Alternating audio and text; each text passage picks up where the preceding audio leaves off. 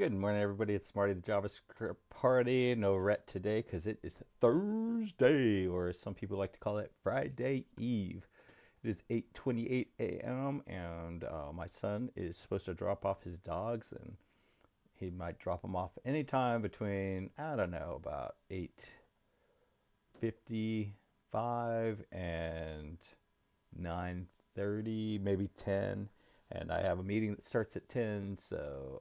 And it gets pretty crazy around here for about 15 minutes every time he drops them off because my dogs absolutely love their dogs, or a few of my dogs absolutely loves their dogs, and they play hard when they get there. Also, they don't really have a yard that they can go play in, so when they get here, they like to run around and they just get really excited. Um, but we are working on a Three.js sort of application, Angular hybrid, not hybrid, but like Angular's framework and Three.js is the um, the tool. And I would like to build like something that builds really cool animations and all that. And that's like kind of the long term goal. I had attempted to do one last year, but I had some architectural issues that just like once I had a better understanding of the Three.js domain, became very difficult to maintain. So I decided to start from scratch again, and sort of like the main difference that architecturally that I made was in the previous Three.js application, I had come up with the idea that the Three.js objects themselves would be the source of the truth, and built kind of around that whole concept.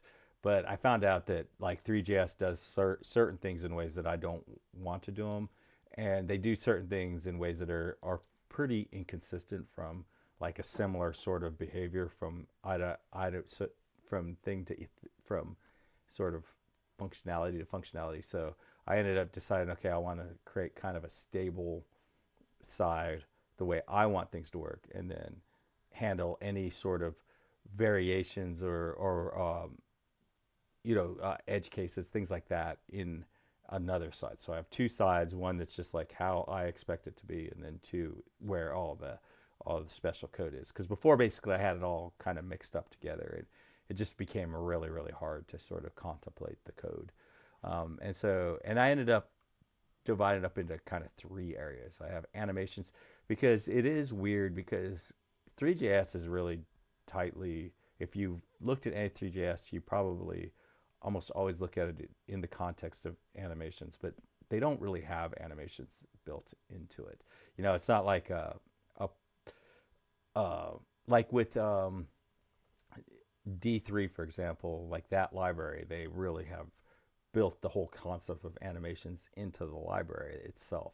But Three.js didn't do that, which I don't blame them because they do one thing and they do it really well, and that's they render 3D objects, which is no small task. So I have an animation sections, and then I have an ST section, which is like kind of my model way, the way I think things should work, and then three is where I expect to have, if it's the way I describe it, the way I want to describe it in a very consistent way from thing to thing, from feature to feature. And then if there is some sort of variation from feature to feature, that is where I have my three code that kind of handles that. And three is what interacts with Three.js directly. So I kind of divided it out that way. But along the way, I ran into a new sort of issue that I sort of tangentially was aware of, but I hadn't really ever thought about it, and that was memory leaks.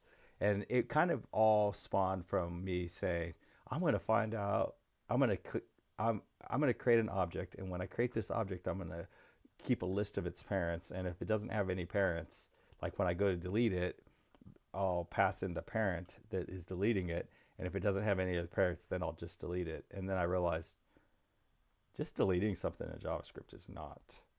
You don't just like you can't delete an object in JavaScript. All you can do is remove all references to the object, and there's no real good way to know all the references. So that kind of put me down a path of, can I use the tools to it? So if I press on this and hit F12, these tools come up, and then there's a memory one.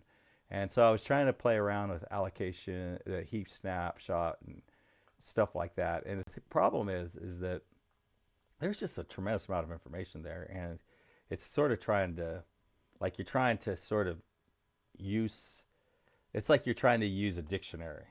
You're not trying to find a word, you're trying to use a dictionary. Like you have a dictionary, it's got tens of thousands of words, maybe hundreds of thousands of words in it. You're like, hey, use your dictionary. Okay, I have a problem. I want to write a book. Okay, well, use a dictionary, right? Like it's just like, yeah, a dictionary could probably be helpful when you're writing a book, but like, you know, there's no direct, it's not like, oh, I need to take that bolt off. Okay, use a wrench, and a wrench takes the bolt off. It's like there's more layers of abstraction between using your dictionary and writing a book. But I did come across this detached elements concept here. And this is actually like maybe because of my understanding of things and all that, um, um, I this made a little more sense to me. And maybe these will make more sense as I become more comfortable with this application or with this tool. And the thing is, it is hilarious if you think about like my sort of evolution in this, because I was like, this is garbage. I didn't say that, but I was like, this isn't very useful. There's just too much stuff. Blah blah blah blah. It could be you can't really tell what library is doing it and all that, but it's very possible that I just don't know how to use the tool. That is a possibility. Um, but this detached elements is very clear, and it becomes very very clear when you like if you just watch this application, right? Since we started talking, I think it was in the low 17s, maybe even in the 16s, and we're up to 19 megs of memory being used by this. And if we take a snapshot of the elements, we'll see that we have 8 buttons, add buttons, that are, we have, I believe what this is telling me is there's 8 of them in memory right now that are that can't be displayed. And then oddly enough, there's 10 reflow buttons. Now these buttons live, and then there's this thing, this ng component, and then this structural styles thing, which I don't know what that is, but there's only one of these. But there's 10 of these reflow buttons and 8 uh, add buttons, which oddly enough, at this point in time, with what we know, doesn't make any sense at all, because these are right here. Um, they're right next to each other. Why would there be more of these than these? But why are there any at all? Like I hadn't even opened that yet. Why do the buttons even exist? Um, so that is a weird thing. And then why is there more than one? That's another weird thing. So if we run this thing again, um, I don't know why. Profiles? Yeah, okay, so we click there. And see, now we're up to 18.6. Okay, so we're dropping back down again for some reason. So if we run this again, see, now we have 20 nodes. And that's of this panel. And I guess we don't even have any buttons at all now, which is really weird. But we have 20 of these nodes, and inside of there, we have buttons. So maybe that's, yeah, I don't, yeah, that seems weird. But anyway, so we're trying to kind of dig through and figure out like what is happening and why it's happening and stuff like that. Um, and we did find like inside of this, if I look in this view, um, I think there's a subscribe. So this honestly could be what happens there. So um, I have a close handler that apparently is waiting for it to close, and then eventually it's just waiting for something that never happens.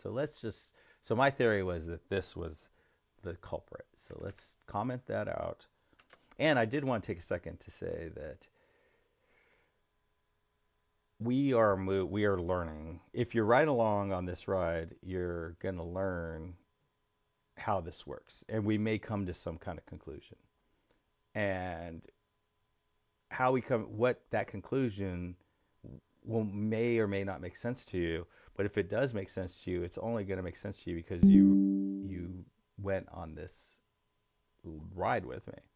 But like if you try to like kind of, well, if you try to make use of it, you'll probably be fine. But like if you try to like comment on someone's pull request or something like that, and you say, "Hey, blah blah blah blah," like they won't have any idea what they're talking, what you're talking about, and it's probably gonna be very difficult to communicate detached nodes and stuff like that. Just that's going to be hard and could lead to a lot of strife in your group. But let's do that. Let's do this, and we're reloading, and I guess we'll click this. See, we're up to, oh no, I'm looking at the wrong thing. We were up to 31. Let's see. So right now we just did a reload. So I think what this is probably a result of that HAR, where it keeps things in memory for just so for convenience while you're developing, so you don't have to hit a reload to get back to your original state. So that's probably, well, so now it seems to have cleared up. So let's just go ahead and manually refresh this thing. And so for a second there, we were up to like 30, like double. So so we're up to 80. So let's take the snapshot again. And so we do still have it. So it does not seem to be the doesn't seem to be the have anything to do with that subscriber. So, and I feel like that's another kind of thing that you want to be very careful about, and that's like sort of jumping to conclusions. Jumping to the conclusion that this was the problem. I felt like there was a 90% chance that this was the problem. It turned out to not be the problem at all. It turned out to not this problem anyways, where we have a whole bunch at one time. So I think first of all, I'm pretty sure this is a bad idea. I think what we want to do, well, first of all, let's console log this and see what's happening here. Console.log after view init, and just see what in the world. See if that's getting called like 100 times, or so it gets called once. So yeah, it's very unlikely that this is the culprit. But I think the way I wrote this is probably not a good idea. I probably should do like a take one or something like that, because let's see what the close handler does. Yeah, all it does is set like all variables. So there's no reason to do this, to set this to false more than once. So let's ask ChatGPT. Let's get a suggestion from ChatGPT how to do this.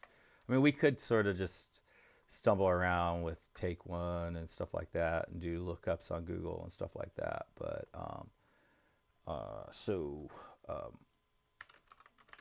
this code. Do you any suggestions how to improve it?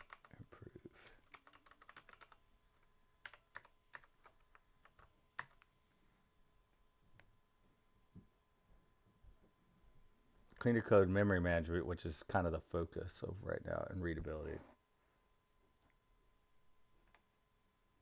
Okay.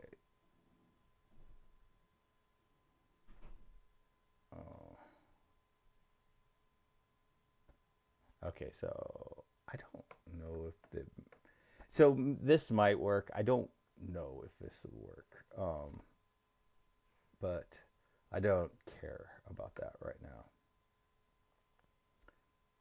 So this, I think, is the thing. So it's saying that I can add a destroy variable.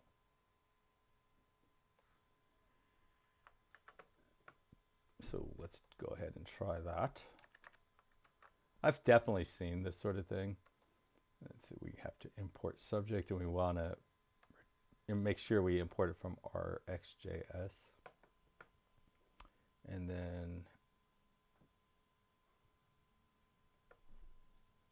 we want this, and we're going to have to import our pipe as well. and this goes right before the subscribe. So what I'm going to do is this, and then I'm going to add that in here. And then we'll import this from RxJS. And then we need to implement on destroy. So we already have one implement, so we can just say comma. And I don't know, I was just typing destroy. And just kind of go down here. And then up here, we need to import on destroy. Oh, we already did. And then we need to implement a function called on destroy. And I like to put all my lifecycle handlers together. Definitely just a personal preference. There's absolutely no like functional way to do it. There. Okay.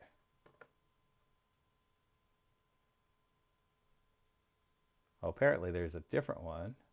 Take until destroyed. And then we don't have to, I guess then we won't have to do this implementation. So I guess I should have read the second one before I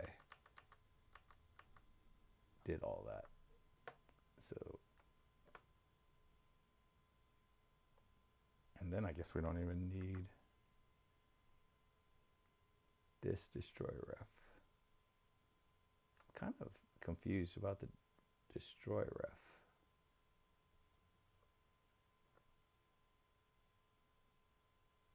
I don't know where destroy ref comes from.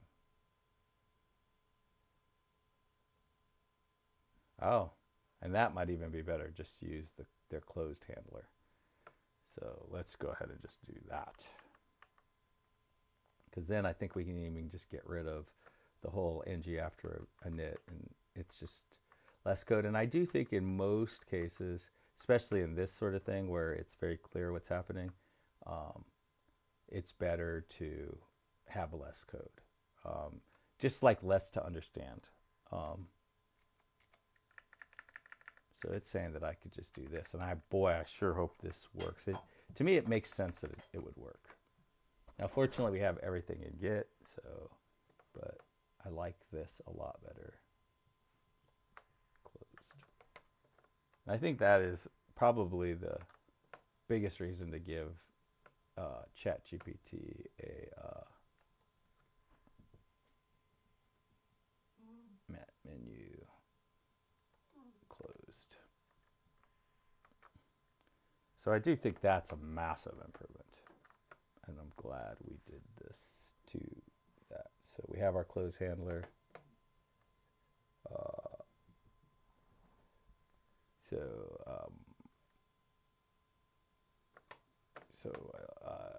I like 3.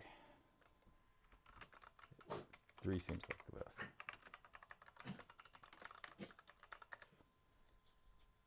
Yeah. I don't. It's kind of weird how idiomatic kind of sounds like idiot. So word you kind of have to be careful of, because I know that not everybody that watches, well, the majority of people that watch my videos aren't from the United States. So, it's hard to tell what words mean what wherever. But this does sound like a kind of like an insult in the United States. So, you might want to be careful saying it, especially if you're not talking to, well, really, I probably wouldn't use that word in verbally. I probably use it in writing, but not verbally. So let's just see if, unfortunately, we don't really have a good, I don't have a good grip on what I would expect to see happen, but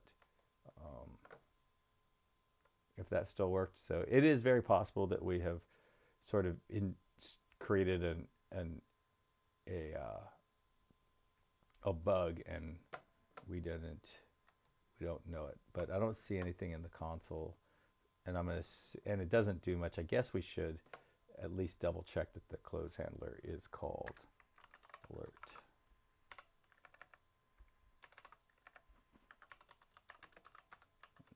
misspelled close and handler.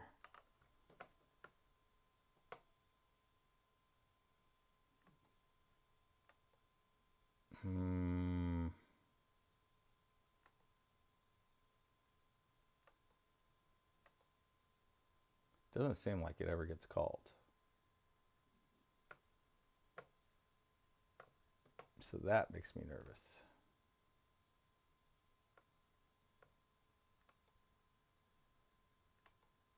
Closed.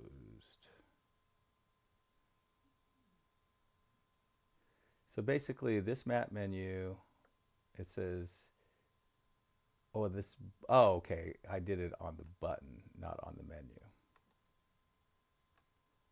So let's go ahead and move that back up to the menu, not the button. I'm glad we did a little bit of testing.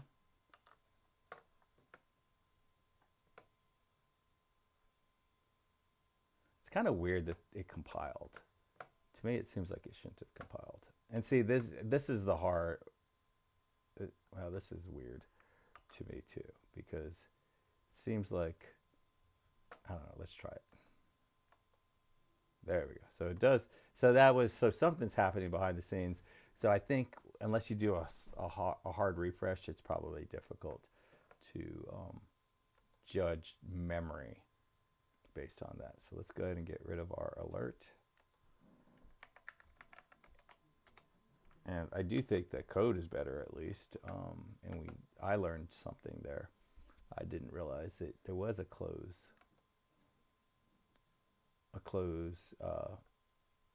thing here. So while we're here, since we're doing this, I do like to put these on different lines. And I will say that the reason I run into disagreement on that a lot. But the reason, and I'm just going to say it one more time, you probably heard me say it. If you've watched many of my videos, I say it all the time. This is a very high likelihood of someone needing to add something in here. And if they need to add something in here, and you have it all on one line, then what will likely happen is you'll have a get conflict, and then like if somebody else is working on something and they made a change to the same line as you, they could end up preventing your task from going through, because you're kind of stuck because you need both of you, because you have like a get conflict. So that's why I like to put those on different lines. Again, a lot of people disagree with me on that. See, these two also I would like to see on different lines. But in the future, what happens? So I wouldn't change this, because in the future, if something's wrong, is broken in this area, or it seems like it's in this area, and you just made a change just to make everything on the same line, on different lines and stuff, they could think that this broke that code, when it could be a huge distraction. But if something went wrong in here, this is not a distraction. So anyways, so there's that. I don't think this is going to help with what our current mission is, but I do think the code is better. Let's go to memory. Let's clear our detached elements. Let's refresh. I guess wait for memory to sort of stabilize. Gosh, this just seems high. I wonder if it's higher because of that close. I noticed that it will pop up to like 32 when you hit refresh and then drop back down again. But see, it's still going up. So that is bizarre that close handler seems to have caused my memory. Oh no, okay, now we're finally to what we expect, which is 16, 17, 18 megs. So I hit refresh, it kind of pops up to like 30. It's still climbing.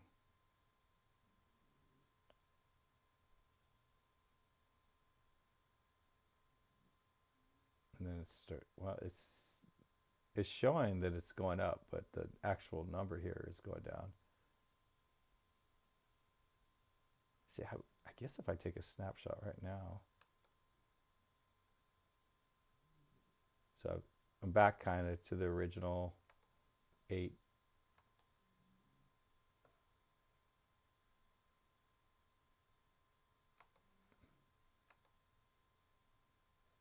So that's just saying at 8 and 10, which is kind of a bummer.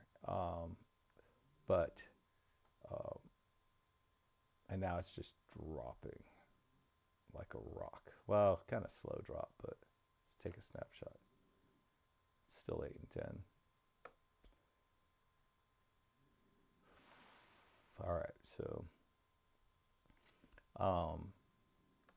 I just don't know what to do next. I guess what we could do is, like, what if I get rid of this menu trigger here?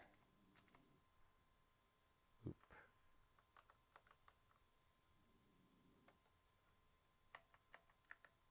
That's kind of weird. Okay, so that breaks if you don't have that. So let's get rid of both of these lines and see if that helps.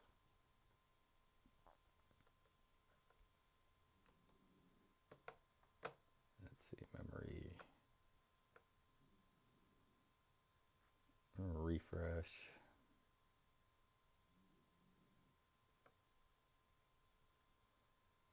Take our snapshot. Okay, so that did not make a difference. And what's wild is I don't even think this, so there's no reference to it anymore. So let's go ahead and just get rid of this.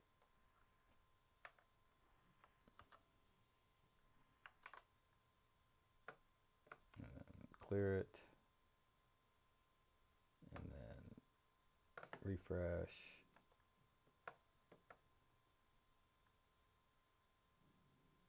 Take our snapshot. Okay, so we have no detached nodes at this point. Let's see what happens if I go here. And then go back to my profiles, take my snapshot.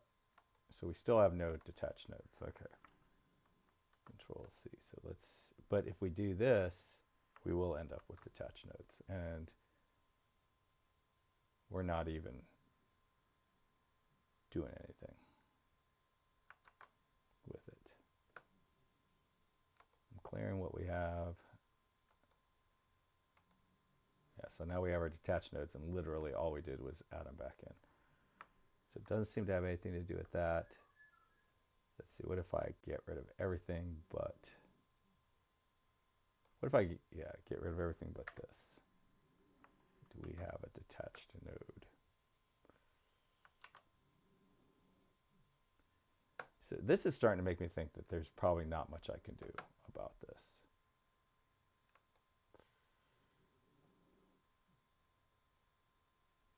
See, like, well, what's really, I thought I got rid of all the buttons. I don't even have buttons. Where are these? What is this button?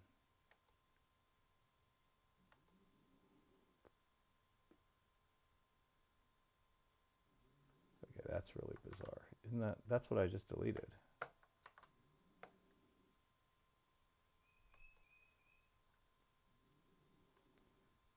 And then I'm wondering, like, okay, so if I were to,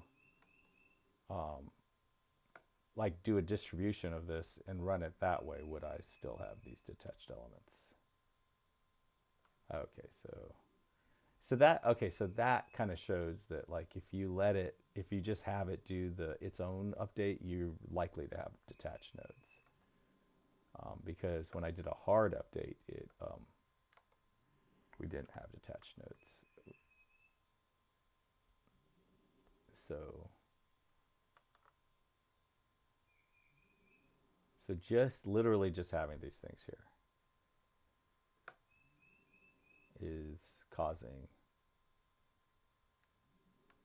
and I don't even think it even matters if I have this. What if I get rid of all of the calls, all of the handlers?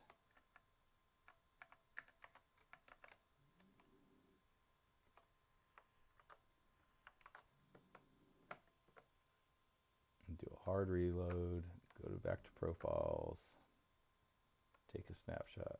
Yeah, see, it doesn't have anything to do with my handlers. Okay.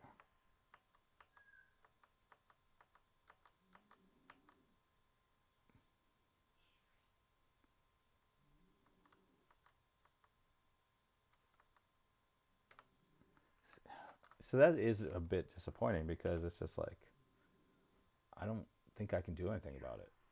It doesn't seem. It seems to be outside of my control. Um, okay. So I have this markup, and if I refresh the page, I am seeing multiple detached nodes in the DevTools. So this I'm being a little bit more direct because, I don't want its general opinion about the code. I just want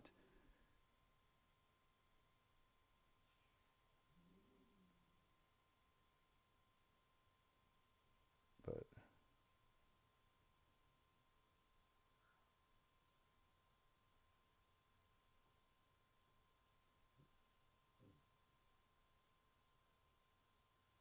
view child.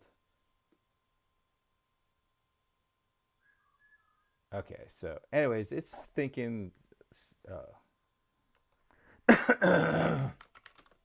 you think that it is something in my component types component TS.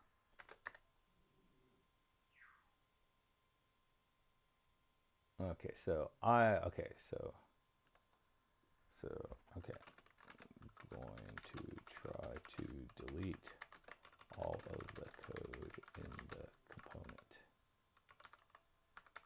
TS and see if still an issue. All right. Okay, so I'm gonna have to do this tomorrow though, because it is 9, so I was supposed to start work. I am supposed to start work at this moment, so I'm shutting it down and getting to work. Woo! Woo! Woo! Woo! Have a great day. Have a great Friday Eve, and thanks for watching. Happy coding. Bye.